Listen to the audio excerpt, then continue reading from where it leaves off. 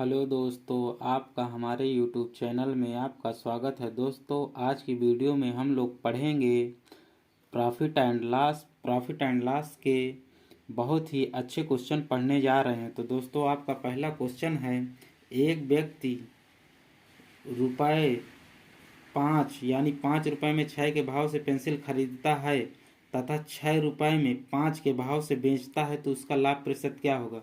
तो दोस्तों, ऐसे सवालों को करने के लिए आपको कुछ नहीं करना है। आपको एक तरफ लिखना है वस्तु, एक तरफ लिखना है मूल्य। और हमसे क्या बोला है, एक व्यक्ति 5 रुपये में यानी कि रुपए की तरफ रुपये 5 रुपये में 6, तो 6 लिख देना है। फिर बोलता है कि 6 रुपये में 5 के भाव से यानी कि 6 रुपये में 5 के भाव से। और ये क्या करता है, 5 रुपये में 6 के भाव से खरीदता है यानी कि सीपी खरीदता है, ठीक है। और इसको क्या करता है, सेल करता है, बेचता है। तो हमको ये लिख देना है। अब हमको पूछ रहा है कि उनका लाभ प्रतिशत क्या होगा। तो दोस्तों, ऐसे क्वेश्चन को सॉल्व करने के लिए आपको कुछ नहीं करना है, ऐसे आपको करना है। और क्या हुआ, ये कितनी 5 रुपये में 6 वस्तु ना, तो आपको लिखना है 5/6। और ये कितना करता है, 6 रुपये में 5 वस्तु, तो 6 रुपये में 5 लिख देना है। अब इसका और इसका एलसीएम ले लेना है, नीचे वाली संख्याओं का। जब इनका आप एलसीएम लेंगे 6 और 5 का कितना होगा, 6×5 = 30 होगा। 30 एलसीएम होगा, तो अब इसके पास हम लोग 30 लिख देंगे, इसके पास भी हम लोग 30 लिख देंगे। तो इसको हम कराएंगे तो 6×5 = 30, यानी कि इसके साथ मल्टीप्लाई हो जाएगा 5 का। ये 6×5 = 30 5 बार में, तो हमारा कितना आ जाएगा, जब आप करेंगे 5 × 5 = 25, और इसको 5×6 = 30, तो यहाँ पर आप लिखेंगे 6 × 6 = 36। अब हमको देखना है कि ये हमारा सीपी है, यानी कि 25 रुपये में हमने कोई वस्तु खरीदी थी और 36 रुपये में हमने उसको बेचा है। कितने का लाभ पाया, 11 का। अब 11 का लाभ हमने पाया कितने में, 25 में, तो हम लोग 25 नीचे लिखेंगे और जो लाभ पाया उसको ऊपर लिखेंगे। अब जब कोई चीज़ परसेंटेज में हमको निकालनी रहती तो उसके लिए 100 से मल्टीप्लाई करते हैं, तो 100 से हम मल्टीप्लाई कर देंगे तो 25 चौको 100, और 11 का 4 के साथ मल्टीप्लाई करेंगे तो कितना पाएंगे, 11 चौक 44, यानी कि 44%। और यही आपका आंसर हो जाएगा दोस्तों। ऐसे आपको सॉल्व करना है। चलिए अगला क्वेश्चन देखते हैं। दोस्तों, आपका अगला क्वेश्चन है, कुछ टॉफियाँ 10 में 11 के भाव से तथा उतनी ही टॉफियाँ 10 में 9 के भाव से खरीदी गई। यानी कि इस क्वेश्चन में दोस्तों 2 बार खरीदा गया है, तो हमको 2 बार सीपी लिखना पड़ेगा। यानी कि पहले हम लिखेंगे वस्तु, एक तरफ लिखेंगे मूल्य। तो कह रहा है कुछ टॉफियाँ 10 में 11 के भाव से, यानी कि रुपये 10 में, यानी कि आप समझ गए ना, 10 रुपये में 11 के भाव से। तो आपको रुपए की तरफ 10 लिखना है और 11 उधर लिखना है। फिर बोल रहा है उतनी ही टॉफियाँ 10 में 9 के भाव से, यानी कि 10 रुपये में 9 टॉफियाँ, यानी कि ये भी सीपी है, ये भी सीपी है। अब इसके बाद बोल रहा है कुल टॉफियों को 1 रुपये प्रति टॉफी के भाव से बेचा गया, तो पूरे सौदे में लाभ अथवा हानि बताइए। यानी कि 1 रुपये में 1 टॉफी, तो हमको यहाँ पर लिखना है रुपए की तरफ 1 और इधर भी 1 रुपये में 1 टॉफी, यानी कि ये हो जाएगा आपका एसपी। तो आपको दोस्तों कुछ नहीं करना है, आपको वैसे ही करना है जैसे हमने अगले क्वेश्चन में किया है। यानी कि 10 रुपये में 11, तो आपको लिखना है ऊपर 10, नीचे लिखना है 11। फिर ये बोल रहा है फिर यहाँ पर 10 लिखना है, रुपए हमेशा ऊपर रहेगा, 10 में 9। और फिर यहाँ पर क्या बोला है, 1 रुपये में 1, तो यहाँ पर लिख लीजिए। अब इन तीनों का दोनों का एलसीएम ले लीजिए सीपी का। तो 2 सीपी का एलसीएम हमारा क्या निकल के 11 और 9 का एलसीएम क्या होगा 11 नहीं है 99। तो आपको यहाँ पर लिखना है 99। जब आप और यहाँ पर भी आपको लिखना है 99। तो 11 नहीं है 99 यानी कि 9। तो आप यहाँ पर क्या पाएंगे, यहाँ पर आप पा जाएंगे 10 गुणे 9 बराबर 90। और यहाँ पर 9 से जब इसको काटेंगे तो 11 नहीं है 99 यानी कि 11। तो 10 गुणे 11। तो यहाँ पर कितना आएगा 110। ठीक है। अब यहाँ पर कितना आएगा, ये बोल रहा है कि अब ये बोल रहा है कि 1 रुपए में 1 टाफी, यानी कि टोटल टाफियाँ कितनी हैं। देखो 99 ये टाफी हैं और 99 ये हैं, तो आपकी कितनी टाफी बनेंगी 198।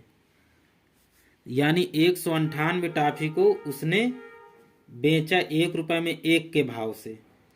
तो अब टोटल टाफियों का आप मूल्य निकाल लीजिए कि कितने रुपए में।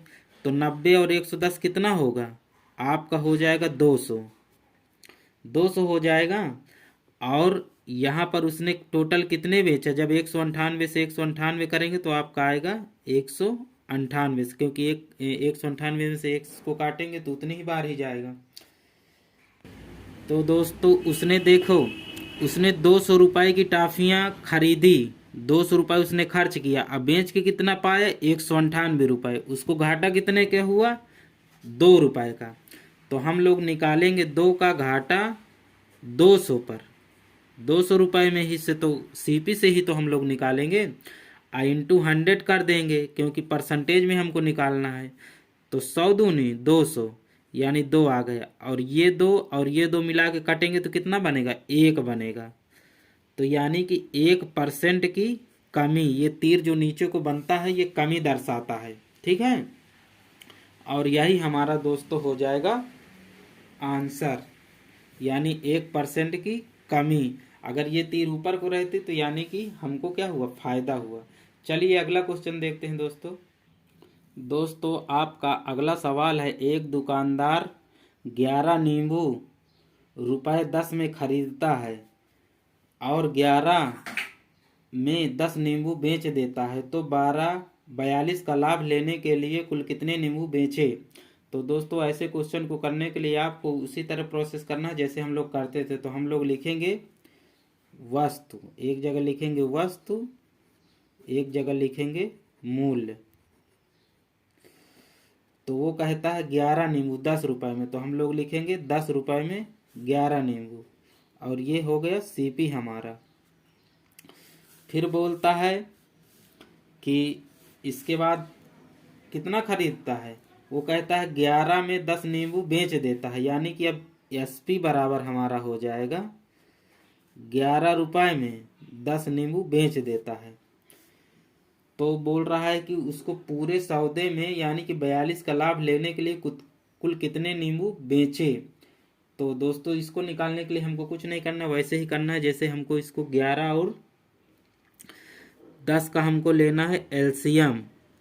तो हमको लिखना पड़ेगा 10 रुपए में 11 वस्तु, फिर लिखना पड़ेगा 11 रुपए में 10 वस्तु।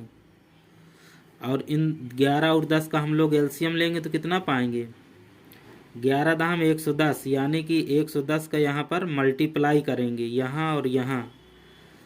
तो 11 दाम 110, इसको काटेंगे तो 10 हम लोग पाएंगे, तो यानी कि हमारा यहाँ पर आ जाएगा 10 दाम 100। और यहाँ पर 11 ग्रही हम 121, जब हम इसको काटेंगे तो ये 11 बार जाएगा, तो 11 ग्रही हम 121, यहाँ पर 121 आ जाएगा। तो दोस्तों हमको क्या करना है, अब इनको देखना है कि इनका अंतर कितना है। मतलब कि 100 रुपये उसने 100 रुपये में कोई वस्तु खरीदी है और बेची कितने में 121 रुपये में, तो कितने का हमको फायदा इसमें हुआ, हमको हुआ 21 का फायदा। अब वो बोल रहा है कि 42 का लाभ लेने के लिए कुल कितने नींबू बेचे। तो हमको 42 का लाभ लेना है, यानी कि इसका जस्ट डबल तो 42 का लेने के लिए ये इससे कितना गुना करना पड़ रहा है, यानी ये इससे कितना गुना है, 2 गुना है। तो हमको इसको भी 2 गुना बनाना पड़ेगा, यानी कि 42 करना पड़ेगा, तभी तो होगा 21 दूनी 42, 21 2 गुना है। तो हम लोग देखेंगे। तो दोस्तों आपने देखा कि 110 नींबू जब उसने बेचे तो 21 का लाभ पाया। 110 नींबू बेचने पर 21 का लाभ पाया। तो कह रहा है कि इसका डबल यानी कि 42 का लाभ लेने के लिए तो यानी इस 110 को भी हमको डबल करना पड़ेगा। तो हम लोग 110 को 2 से मल्टीप्लाई कर देंगे तो कितना आ जाएगा, हमारा आ जाएगा 220, यानी कि 220 नींबू उसको बेचने पड़ेंगे कुल, और यही हमारा आंसर हो जाएगा। तो दोस्तों हमने इस क्वेश्चन में कुछ नहीं किया है, हमसे पूछा है वस्तु, एक तरफ वस्तु लिख देना है, एक तरफ मूल्य, और कह रहा है कि 10 रुपये में 11 नींबू खरीद, तो 10 लिख दिया, 11 नींबू लिख दिया। फिर कह रहा है कि 10 नींबू, तो वस्तु की जगह में जो भी वस्तु रहती है उसको उस तरफ लिखते हैं, वस्तु की तरफ। अब मूल्य को हमने इधर लिख लिया। अब हमने इसको 10/11 करके और 11/10 करके इसका एलसीएम ले लिया। जब एलसीएम ले लिया तो इसको काट के हमने निकाला, तो 11 दहम 110 होता है और 10 दहम 100, इनको निकाले, यानी कि 100 रुपये की कोई चीज़ उसने खरीदी और 121 रुपये में बेचा, तो 21 का हमको लाभ हुआ। अब वो कह रहा है कि 42 का लाभ लेने के लिए, यानी कि इसका 2 गुण, तो वस्तु भी 2 गुण बेचना पड़ेगा। तो इसलिए हमने 110 को 2 से मल्टीप्लाई कर दिया, तो 220, यानी 220 नींबू को बेचना पड़ेगा। दोस्तों अगर वीडियो आपको अच्छी लगी हो तो वीडियो को लाइक, शेयर, कमेंट और चैनल को सब्सक्राइब जरूर करें।